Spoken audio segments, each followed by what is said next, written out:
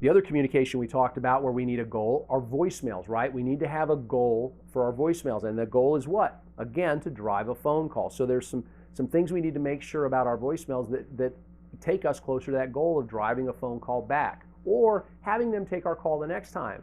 So one is these voicemails need to be short and sweet, right? They need to be less than 15 seconds long.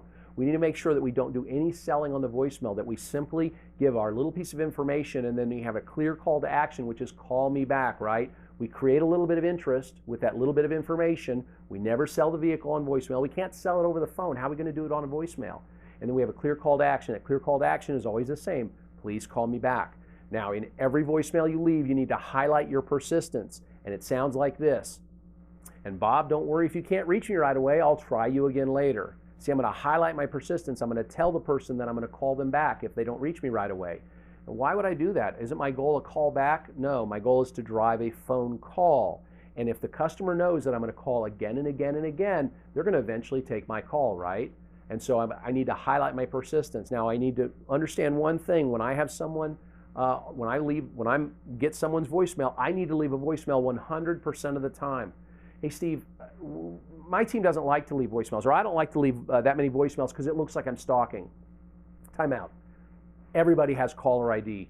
If you don't leave a voicemail, you look like you're stalking. Plus, the goal of the voicemail is to drive a phone call. You can't get someone to call you back if you're just trying to catch them unawares, right? So we're going to leave a voicemail every time. We're going to highlight our persistence. And even if you're one of these people who likes to call 3 times on the first day on an internet lead, and that's not a bad thing. Let's say you get an internet lead at 8:30 in the morning and you call at 9 and you call about 12:15 in the afternoon and you call at 5:15 at night. If you don't leave a voicemail each time, you're never going to drive the phone call. They're going to see a number they don't recognize. They're going to let it go to voicemail. They're not going to touch it, right? Then you don't leave a voicemail. They figure it's just a salesman and they don't have to worry about it.